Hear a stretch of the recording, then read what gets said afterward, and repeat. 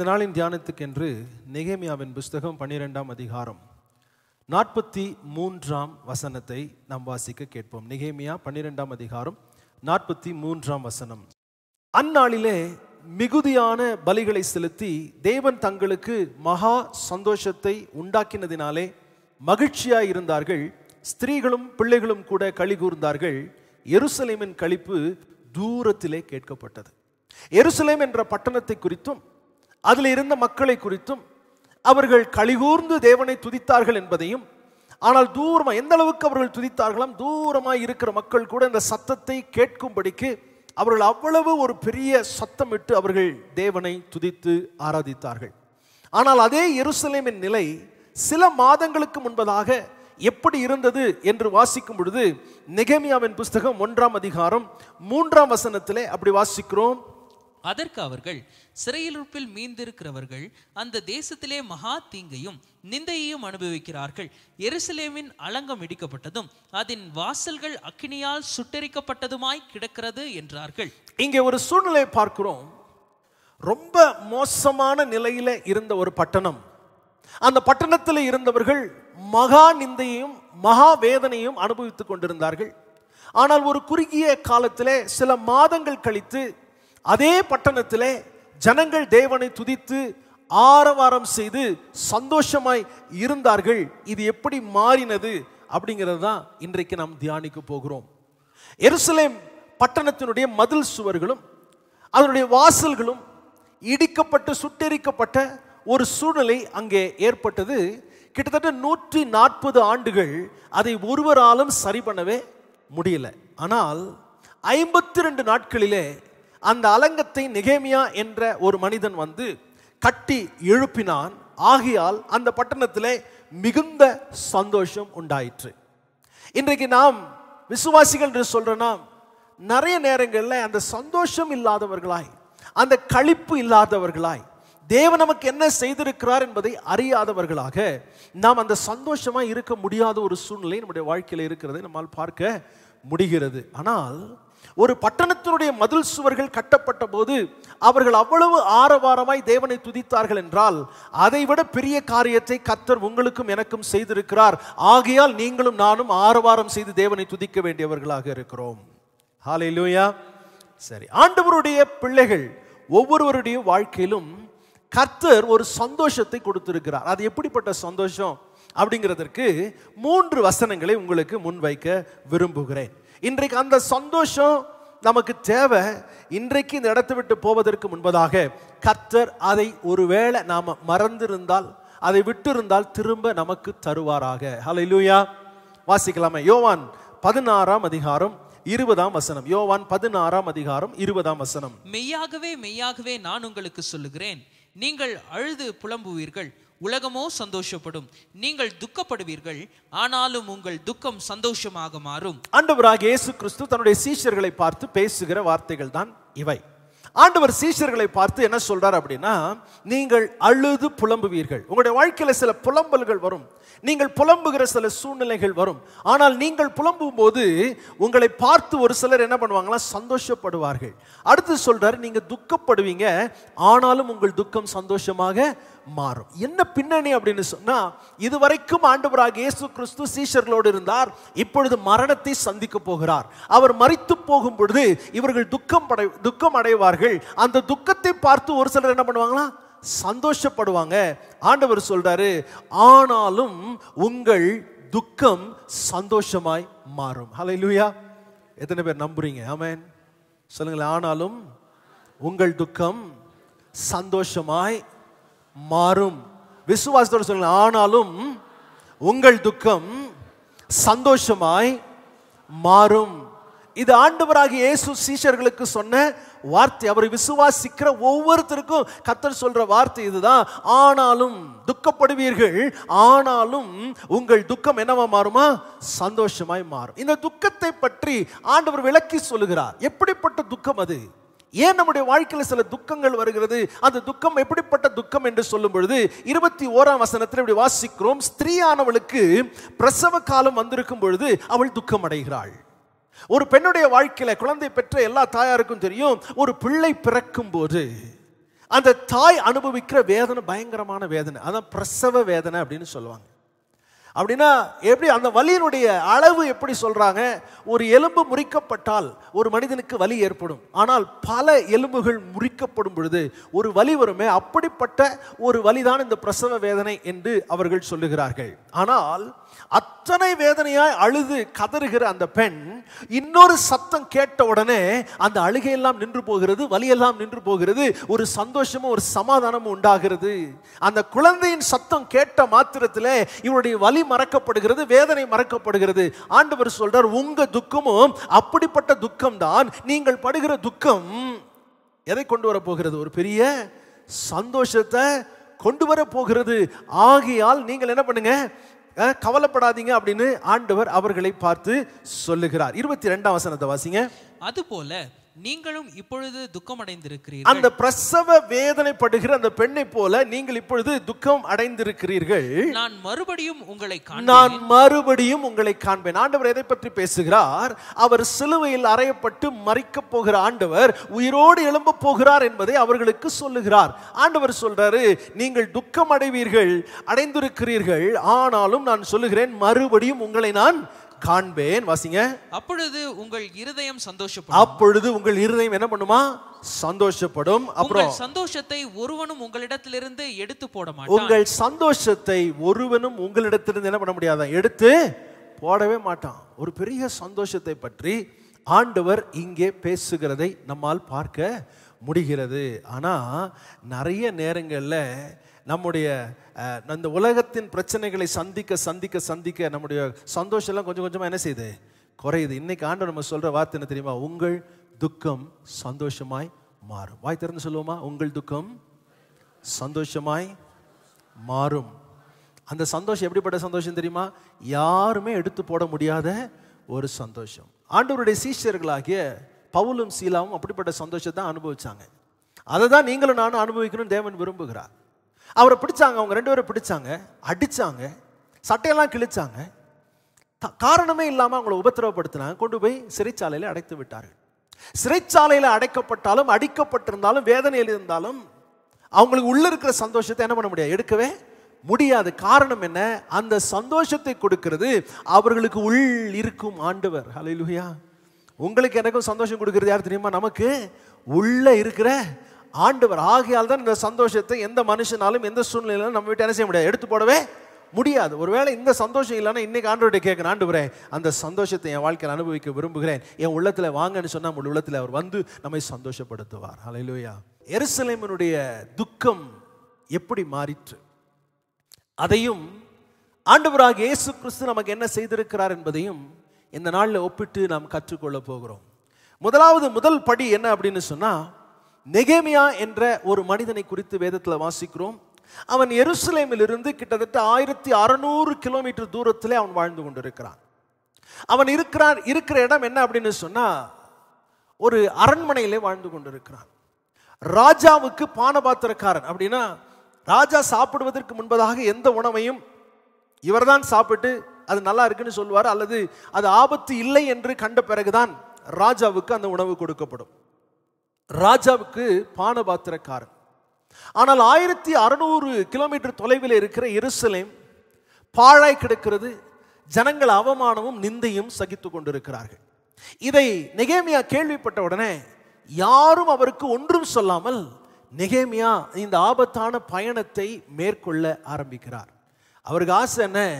என்னுடைய மக்களை பார்க்க வேண்டும், என்னுடைய தேசத்துக்கு போக வேண்டும், அவர்களுடைய கஷ்டத்தை நான் மாற்ற வேண்டும் என்று நெகேமியா தீர்மானம் செய்கிறதை நம்மால் பார்க்க முடிகிறது. நெகேமியாவின் புஸ்தகம் 2ஆம் அதிகாரம் 11ஆம் வசனத்தில் இப்படி வாசிக்கிறோம், நான் எருசலேமுக்கு வந்து.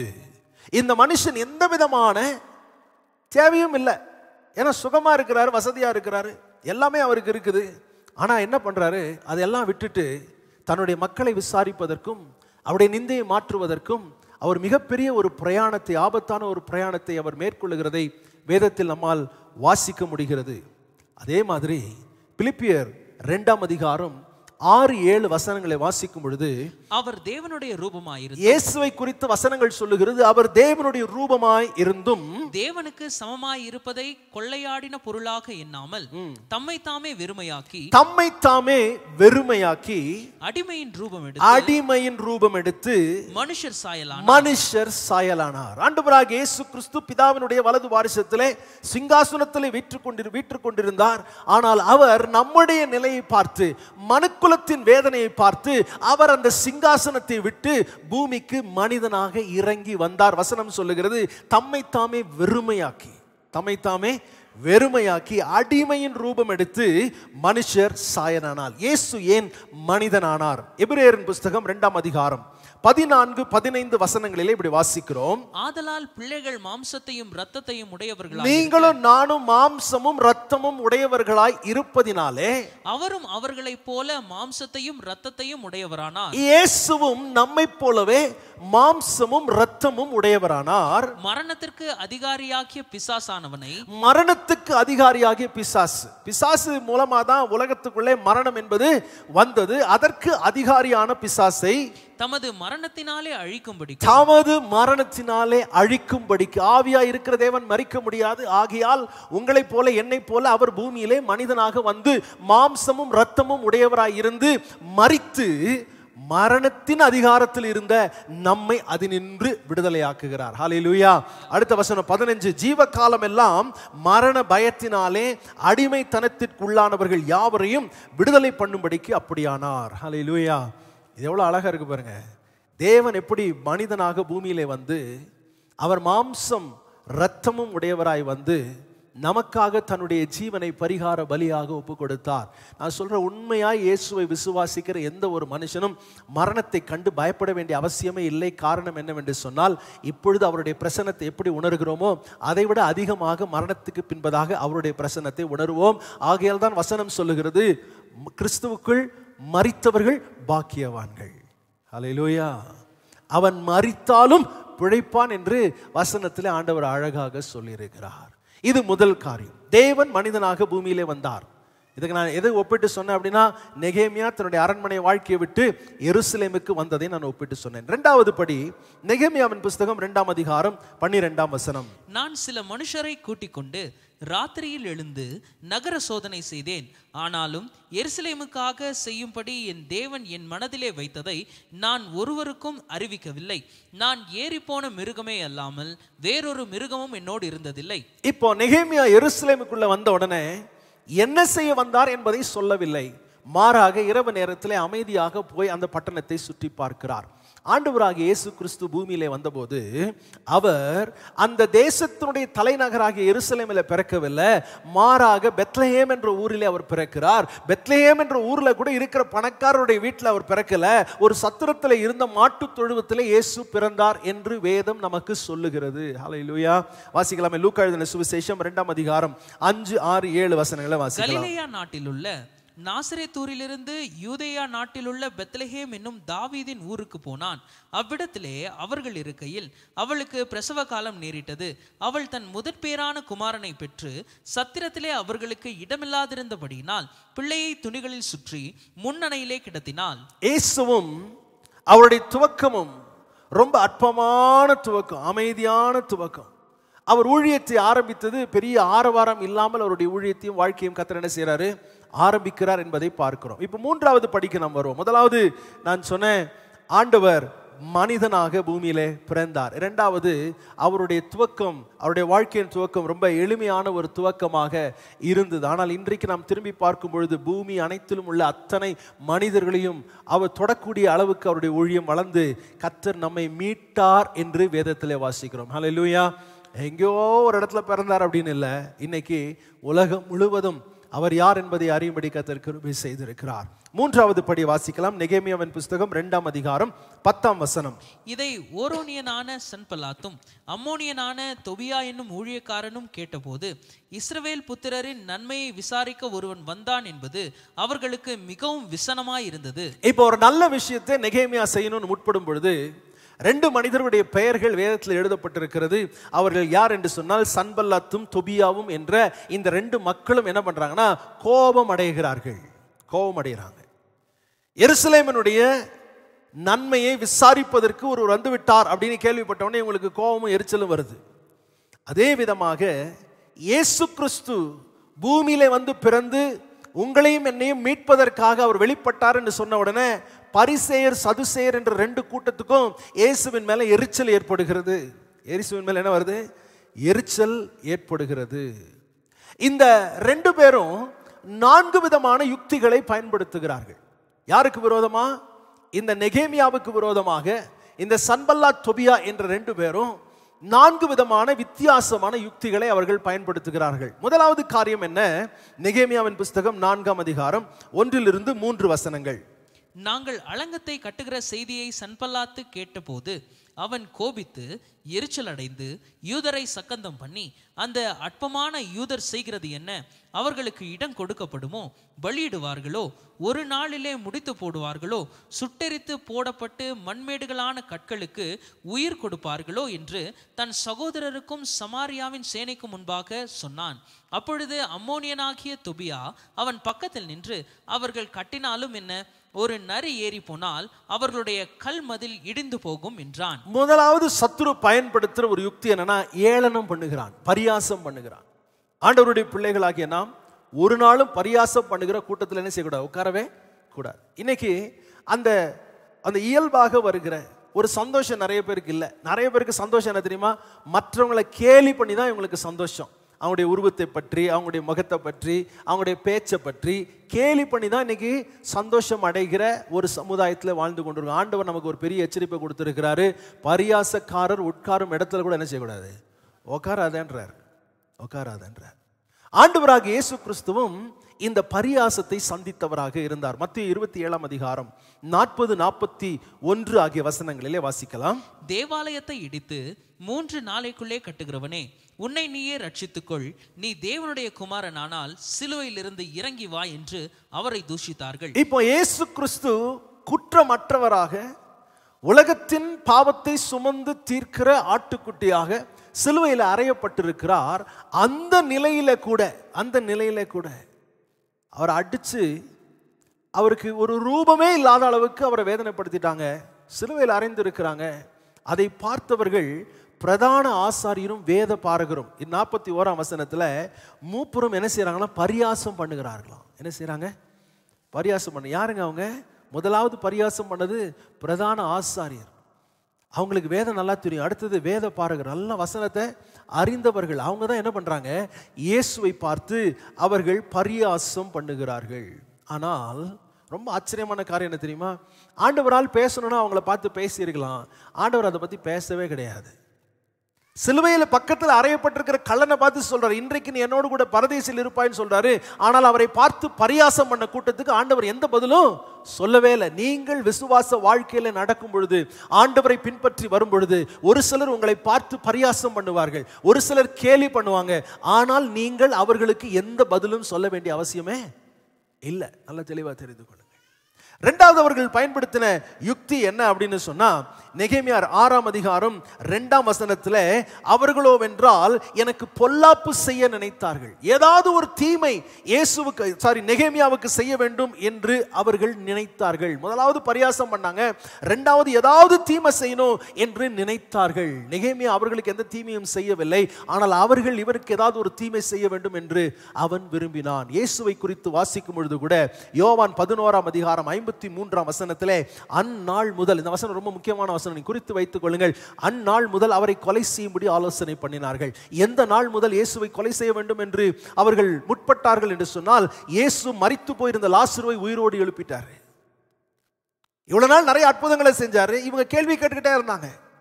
கண் பார்வை அறியாத ஒரு மனுஷன், பிறவியிலேயே குருடனாய் பிறந்த மனுஷன் கண் பார்வை பெற்ற உடனே இவங்க சொல்றாங்க, உண்மையாகவே ஒரு குருடனாய் இருந்தானா? சந்தேகத்தை எழுப்புனாங்க. ஆனா இது அப்படி கிடையாது. லாசரு மரித்தான் என்று ஊருக்கே தெரியும். லாசரு அடக்கம் பண்ணதை ஊரே பார்த்துச்சு. 4 நாள் ஆனது என்று எல்லாருக்கும் தெரியும்.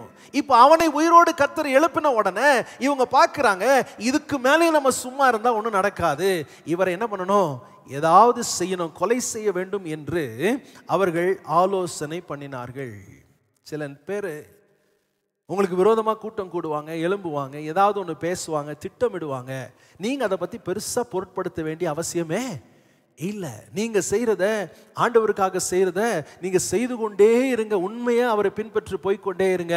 அந்த உங்களுக்கு எதிராய் கூடுகிற எந்த கூட்டமாய் இருந்தாலும் அவர்கள் செய்கிற எந்த தீமையையும் கர்த்தர் அதம் பண்ணி போட கர்த்தர் வல்லவராக இருக்கிறார்.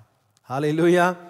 பாருங்க, மூன்றாவது அவர்கள் பயன்படுத்தின யுக்தி என்ன அப்படின்னு சொன்னா, நெகேமியாவின் புஸ்தகம் 6ஆம் அதிகாரம் 6ஆம் வசனம். அதிலே நீரும் யூதரும் கலகம் பண்ண நினைக்கிறீர்கள் என்றும் அதற்காக நீர் அலங்கத்தை கட்டுகிறீர் என்றும் இவ்விதமாக நீர் அவர்களுக்கு ராஜாவாக போகிறீர் என்றும் யூதாவிலே இங்கே நெகேமியாவின் மேல் பொய் குற்றச்சாட்டுகளை வைக்கிறார்கள்.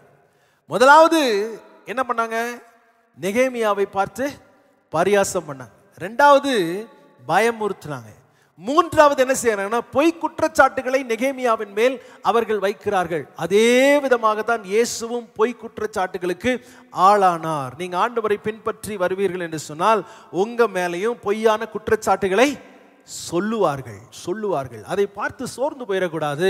நீங்க பாட்டுக்கு செய்ய வேண்டியது என்ன பண்ணிட்டே இருக்கணும்?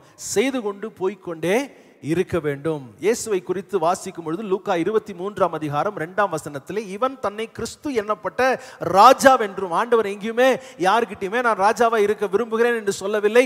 அவரை ராஜாவாக்க விரும்பின போதும் ஆண்டவர் அங்கே விலகிதான் போனார் என்று வசனத்தில் வாசிக்கிறோம். ஆனால் அவங்க சொல்றாங்க ராஜா என்றும் ராயருக்கு வடி கொடுக்க வேண்டியதில்லை என்றும் சொல்லி ஜனங்களை கலகப்படுத்த கண்டோம் என்று அவர் மேல் குற்றம் சாட்ட தொடங்கினார்கள். பாருங்க, ஒவ்வொன்னா செஞ்சுட்டு வராங்க. பாருங்க, பரியாசம் பண்ணாங்க, பயமுறுத்தினாங்க, மூன்றாவது பொய் குற்றச்சாட்டுகளை அவர் மேல வச்சாங்க. அன்னையிலிருந்து இன்னைக்கு வரைக்கும் பிசாசுக்கு அதே தந்திரம் தான். அவன் மாறவே கிடையாது. அதே தான், ஒரே யுக்திகளை தான் அவன் என்ன செய்யறான்? பயன்படுத்துகிறான். நான்காவது அவங்க செய்தது என்ன அப்படின்னு சொன்னா, மிரட்ட ஆரம்பிக்கிறாங்க. நெகேமியாவின் புஸ்தகம் 6ஆம் அதிகாரம் 12, 13, 14 வசனங்களை வாசிக்கும் பொழுது சில தீர்க்கதரிசிகளுக்கு காசு கொடுத்து நெகேமியாவுக்கு விரோதமாய் தீர்க்க தரிசனம் சொல்லுகிறார்கள். 14ஆம் வசனத்தினுடைய கடைசி பகுதி சொல்லுகிறது, எனக்கு பயம் உண்டாக்க பார்த்த மற்ற தீர்க்கதரிசிகளையும் நினைத்துக் கொள்ளும். இவர் ஜெபம் பண்றாரு. நெகேமியா ஒரு பெரிய வேலை செய்து கொண்டிருக்கிறார். என்ன வேலை? இடிந்து போன அலங்கத்தை கட்டுகிற ஒரு வேலை. ஒரு தேவன் கொடுத்த ஒரு வேலையை அவர் செய்து கொண்டிருக்கிறார். ஆனாலும் இவருக்கு விரோதமாக இப்படிப்பட்ட காரியங்கள் எல்லாம் செய்யப்படும் பொழுது நெகேமியா தேவனை பார்த்து ஜெபிக்கிறார். 14ஆம் வசனத்தில், என் தேவனே, தொபியாவும் சன்பல்லாத்தும் செய்த இந்த செய்கைகளுக்கு தக்கதாக நீர் அவர்களையும் நொவதியாள் என்னும் தீர்க்கதரிசியானவளையும் எனக்கு பயமுண்டாக்க பார்த்த மற்ற தீர்க்கதரிசிகளையும் நினைத்துக்கொள்ளும் சொல்ற. ஆண்டவரே பார்த்துக்கோங்க அப்படின்ட்டாரு. நான் சொல்றேன், நமக்கு விரோதமாய் எழும்புகிற எந்த ஆயுதமாய் இருந்தாலும் அது வாய்க்காது என்று தேவன் வாக்கு பண்ணிவிட்டார். ஆகையால் நாம் அதை குறித்து கவலைப்பட வேண்டிய அவசியம் நமக்கு இல்லை. அது நம்ம கவலைப்பட வேண்டிய அவசியம் நமக்கு இல்லை. இயேசுவும் அதே விதமான சூழ்நிலையை சந்திச்சார். லூக்கா எழுதின சுவிசேஷம் 13ஆம் அதிகாரம் 31ஆம் வசனத்தில் இப்படி வாசிக்கிறோம். அந்த நாளிலே சில பரிசேயர் அவரிடத்தில் வந்து, நீர் இவ்விடத்தை விட்டு போய்விடும், ஏரோது உம்மை கொலை செய்ய மனதாய் இருக்கிறான் என்றார்கள். இப்போ ரொம்ப ஆண்டவர் மேல அக்கறை இருக்கிற மாதிரி வந்து சொல்றாங்க, இந்த இடத்தை விட்டு போயிருங்க, உங்களை கொலை செய்வதற்கு பிலாத்து வகை தேடுகிறான் என்று சொல்லுகிறார். ஆனால் இவைகள் எல்லாம் நடந்திருந்தாலும் வசனம் அழகாய் சொல்லுகிறது. ரொம்ப நேர்த்தியான வசனம். நெகேமியா 6ஆம் அதிகாரம் 15ஆம் வசனம், அப்படியே அலங்கமானது 52 நாளைக்குள்ளே கட்டப்பட்டு எலூல் மாதம் 25ஆம் தேதியிலே முடிந்தது. என்ன சொல்றாரு? முடிஞ்சது. என்ன சொல்றாரு? முடிந்தது. அவர் என்ன வேலையை ஆரம்பிச்சாரோ நெகேமியா அதை செய்து முடித்தார். He completed the task that he wanted to do. அவர் செய்து முடிக்க வேண்டியதை முடித்தார். இப்ப இயேசுவுக்கு வரும் பொழுது யோவான் 19ஆம் அதிகாரம் 30ஆம் வசனத்தில் இயேசு காடியை வாங்கின பின்பு முடிந்தது என்று சொல்லி என்ன சொன்னாரு? சத்தமா சொல்லுங்க, ஆண்டவர் என்ன சொன்னாரு? முடிந்த. நெகேமியாவிலையும் வாசிக்கிறோம், அவன் செய்து முடித்தான். இங்கே சொல்றாரு, இயேசு காடியை வாங்கின பின்பு முடிந்தது என்று சொல்லி தலையை சாய்த்து ஆவியை ஒப்பு கொடுத்தார். என்னெல்லாம் முடிஞ்சது? அலங்கம் கட்டி முடிக்கப்பட்டதினாலே அவர்கள் ஆரவாரம் பண்ணி தேவனை துதித்தார்கள். இன்றைக்கு நீங்களும் நானும் துதிக்கணும். ஏன் துதிக்கணும் தெரியுமா? எதெல்லாம் முடிந்தது என்பதை நாம் அறிந்து கொண்டால் நிச்சயமாய் நம்மால் துதிக்காமல் இருக்கவே முடியாது. முதலாவது காரியம் என்ன முடிந்தது? எபிரேயர் 9ஆம் அதிகாரம் 28ஆம் வசனம். எபிரேயர் 9ஆம் அதிகாரம் 28ஆம் வசனம். கிறிஸ்துவும் அநேகருடைய பாவங்களை சுமந்து தீர்க்கும்படிக்கு ஒரே தரம் பலியிடப்பட்டு இயேசு பாவத்திற்கான பரிகாரத்தை செய்து முடித்தார். ஹல்லேலூயா. என்னுடைய பாவத்திற்கான பரிகாரத்தை இயேசு செய்து முடித்தார். இன்றைக்கும் நிறைய பேர் என்ன சொல்றாங்க அப்படின்னா, உன் பாவம் தான் உன்னை தொடர்ந்து வருது, ஆகையால் உன் பாவம் நீங்க வேண்டும் என்றால் இவைகளெல்லாம் செய்ய வேண்டும் என்று அநேக காரியங்களை சொல்லிக் கொடுக்கிறார்கள். ஆனால் என் ஆண்டவராகிய இயேசு கிறிஸ்து கல்வாரி சிலுவையிலே எல்லாம் முடிந்தது என்று சொன்னபோது என் பாவமும் அதனுடைய பலனும் முடிந்தது என்பதை கர்த்தர் சொன்னார். ஹல்லேலூயா. என் பாவத்திற்கான ஒரு பரிகாரம் செய்யப்பட்டு விட்டது. என்னால் செய்ய முடியாது, ஆனால் என் ஆண்டவர் அதை செய்து விட்டார். ஆகையால் என்னுடைய வாழ்க்கையிலே என் கடந்த கால பாவங்கள் ஒன்றும் என்னை தொடர்ந்து வருவதில்லை, என்னை பாதிப்பதில்லை. ஆகையால் நான் மகிழ்ந்து களி கூறுகிறேன். ஹல்லேலூயா. இது வேற எங்கேயுமே கிடைக்காதுங்க, வேறு எங்கேயுமே கிடைக்காது. எங்கே போனாலும் உன் பாவத்துக்காக நீ இதை பண்ண அதை பண்ணுன்னு சொல்கிறேன். ஆனால் வசனம் மட்டும் அழகாய் சொல்லுகிறது, உங்கள் பாவங்களை சுமந்து கர்த்தர் தீர்த்து விட்டார். என் பாவத்திற்கான பரிகார பலி செலுத்தப்பட்டு விட்டது. இரண்டாவது, எபிரேயர் 4ஆம் அதிகாரம் 16ஆம் வசனத்தில் இப்படி வாசிக்கிறோம். ஆதலால் நாம் இரக்கத்தை பெறவும் ஏற்ற சமயத்தில் சகாயம் செய்யும் கிருபையை அடையவும் தைரியமாய் கிருபாசன தண்டையிலே சேர கடவோம். இப்போ தேவனுடைய சமூகத்தை அடைவதற்கு இயேசு கிறிஸ்து நமக்குள்ளே இருந்த அந்த இடைவெளியை மாற்றிவிட்டார். அதான் சொல்றாரு, முடிஞ்சதுன்னா என்ன முடிஞ்சது தெரியுமா? ஆண்டவருக்கும் நமக்கும் இருந்த இடைவெளி முடிந்து விட்டது. அல்லேலூயா. ஆகையால் நம்ம என்ன செய்யலாமா? தைரியமாக, வசனம் திரும்பி வாசிக்கிறோம் பாருங்களேன், நாம் இரக்கத்தை பெறவும், நம்ம என்ன பெறணும்? இரக்கத்தை பெறவும் ஏற்ற சமயத்தில் சகாயம் செய்யும் கிருபையை அடையவும். தேவனிடத்திலிருந்து கிருபையும் இரக்கமும் பெறுவதற்கு தடையாயிருந்த அந்த பாவம் என்ற அந்த தடைக்கல்லை இயேசு முடித்து விட்டு தைரியமாக கிருபாசன தண்டையிலே நாம் போக கர்த்தர் கிருபை தந்திருக்கிறார். ஹல்லேலூயா. இதுக்கு முன்னாடி வரைக்கும் இயேசு சிலுவையிலே மரிப்பதற்கு முன்பது வரைக்கும் அந்த மகா பரிசுத்த ஸ்தலத்துக்குள்ளே யாரும் போக முடியாது. ஆனால் இயேசு எப்போ மரித்தாரோ, எப்போ முடிந்தது என்று சொன்னாரோ, அந்த பரிசுத்த ஸ்தலத்துக்கும் மகா பரிசுத்த ஸ்தலத்துக்கும் இடையே இருந்த பெரிய திரைச்சீலை ரெண்டாய் கிழிக்கப்பட்டு அதோடு முடிஞ்சிருச்சு. யாருனாலும் தைரியமாய் தேவ சமூகத்திலே வந்து நாம் இரக்கம் பெறுவதற்கு கர்த்தர் வாசலை திறந்து விட்டார். ஹல்லேலூயா. மூன்றாவது, கொலோசியர் 1ஆம் அதிகாரம் 14ஆம் வசனம். இயேசு கிறிஸ்துவுக்குள் அவருடைய இரத்தத்தினாலே பாவ மன்னிப்பாகிய மீட்பு நமக்கு உண்டாயிருக்கிறது. பாருங்க, மனுக்குலத்திற்கே மிக மிக மிக கஷ்டமான ஒன்று, கொரோனா கூட சரியாயிடும், ரொம்ப கஷ்டமான ஒன்று இந்த பாவம் தான். அதைத்தான் நம்மளால் நம்ம விட்டு என்ன பண்ண முடியாது, எடுத்து போடவே முடியாது. என்ன தலைகீழ நின்னாலும் உருண்டாலும் பிறண்டாலும் பாவத்தை நம்ம விட்டு எடுத்து போடவே முடியாது. ஆகையால் தான் தேவகுமாரனாக இயேசு கிறிஸ்து பூமியிலே வந்து நம் பாவங்களை அவர் மேல் சுமந்து கொண்டு அவரை விசுவாசிக்கிற யாவருக்கும் ரட்சிப்பையும் மீட்பையும் கொடுக்கும்படி அவர் வெளிப்பட்டார். இதை விட பெரிய சந்தோஷம் ஒன்றுமே கிடையாது. ஆமென். என்ன அப்படியே அமைதியாயிட்டீங்க? இதை விட பெரிய சந்தோஷம் மனுக்குலத்துக்கு கிடையவே கிடையாது. எங்க போய் கேட்டாலும் பாவத்தை நீ இப்படி பண்ணணும் அப்படி பண்ணணும், அதுதான் உன்னை தொந்தரவு பண்ணுது இப்படி பண்ணுது. ஆனால் இயேசுவை விசுவாசிக்கிற ஒவ்வொருவருக்கும் ஆண்டவர் இவைகள் எல்லாவற்றையும் முடித்து விட்டார், அவரே செய்து முடித்து விட்டார். நம்மிடத்தில் என்ன எதிர்பார்க்கிறார் தெரியுமா? அவரை விசுவாசிக்க வேண்டும் என்று தேவன் எதிர்பார்க்கிறார். என்ன எதிர்பார்க்கிறார்? அவரை கிருபையினாலே விசுவாசத்தை கொண்டு ரட்சிக்கப்பட்டீர்கள். அப்படின்னா பாவத்திற்கும் சாபத்திற்கும் நீங்களாக்கி நீங்கள் விடுதலையாக்கப்பட்டிருக்கிறீர்கள். இதை விட ஒரு சந்தோஷம் ஒண்ணுமே கிடையாது. இதை நீங்கள் பெற்றுக்கொள்வீர்கள், உணர்ந்து கொள்வீர்கள் என்று சொன்னால் உங்கள் ஆத்துமா வாழும். உங்கள் ஆத்துமா வாழும் என்றால் அதோடு சேர்த்து உங்களுடைய வாழ்க்கை எல்லாமே செழிப்பாய் மாறும் என்பதுதான் வேதத்திலே நாம் வாசிக்கிறோம். ஹல்லேலூயா. பிரியமானவனே, உன் ஆத்துமா வாழ்வது போல நீ எல்லாவற்றிலும் வாழ்ந்து சுகமாயிரு. ஹல்லேலூயா. இது சந்தோஷப்படுறதுக்கான காரணம் இல்லையா? இதை விட சந்தோஷப்படுவதற்கு, ஆண்டவரை ஆராதிப்பதற்கும் துதிப்பதற்கும் வேற என்ன காரணம் வேண்டும்? என்னுடைய வாழ்க்கையை மாற்றின என் ஆண்டவர் என்னோடு கூட இருக்கிறார், என்னை ஆசீர்வதிக்கிறவர் என்னோடு கூட இருக்கிறார். நான் அவரை எப்போ வேணாலும் சந்திக்கலாம், எப்போ வேணா கேட்கலாம். நான் என்ன கேட்கிறேனோ அதை எனக்கு நிச்சயமாய் செய்கிற ஒரு நல்ல தகப்பன் எனக்கு இருக்கிறார். ஹல்லேலூயா. இப்போ நான் படித்த இந்த காரியத்தை ரெண்டையும் இணைக்கிற ஒரு வசனத்தை உங்களுக்கு சொல்லி நான் முடிக்க விரும்புகிறேன். ஏசாயாவின் புஸ்தகம் 60ஆம் அதிகாரம் 18ஆம் வசனத்தை எடுத்தவங்க வாசிங்க. இனி கொடுமை உன் தேசத்திலும் அழிவும் நாசமும் உன் எல்லைகளிலும் கேட்கப்பட மாட்டாது. உன் மதில்களை ரட்சிப்பென்றும் உன் வாசல்களை துதி என்றும் சொல்லுவாய்.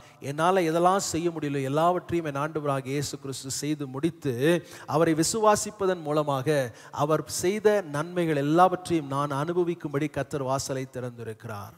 இன்னைக்கு சொல்லுங்க, நான் இனிமே நான் சங்கடப்பட மாட்டேன், இனி நான் கவலைப்பட மாட்டேன், இனி நான் துக்கப்பட மாட்டேன். ஏன்னா ஆண்டவர் வசனத்தில் சொல்லிட்டார், உங்கள் துக்கம் என்னவா மாறும்? சந்தோஷமா மாறும். அதை கர்த்தர் செய்கிறார், அவர் பார்த்துக்கிறார். ஆகையால் இன்றையிலிருந்து அந்த துக்கப்படுற, வேதனைப்படுற, கஷ்டப்படுற, இது எப்படி நடக்குமோ அது எப்படி நடக்கும் அதெல்லாம் ஓரமாக வச்சிடுறேன். என் கர்த்தர் எனக்காக யாவையும் செய்து முடிப்பார். ஹல்லேலூயா.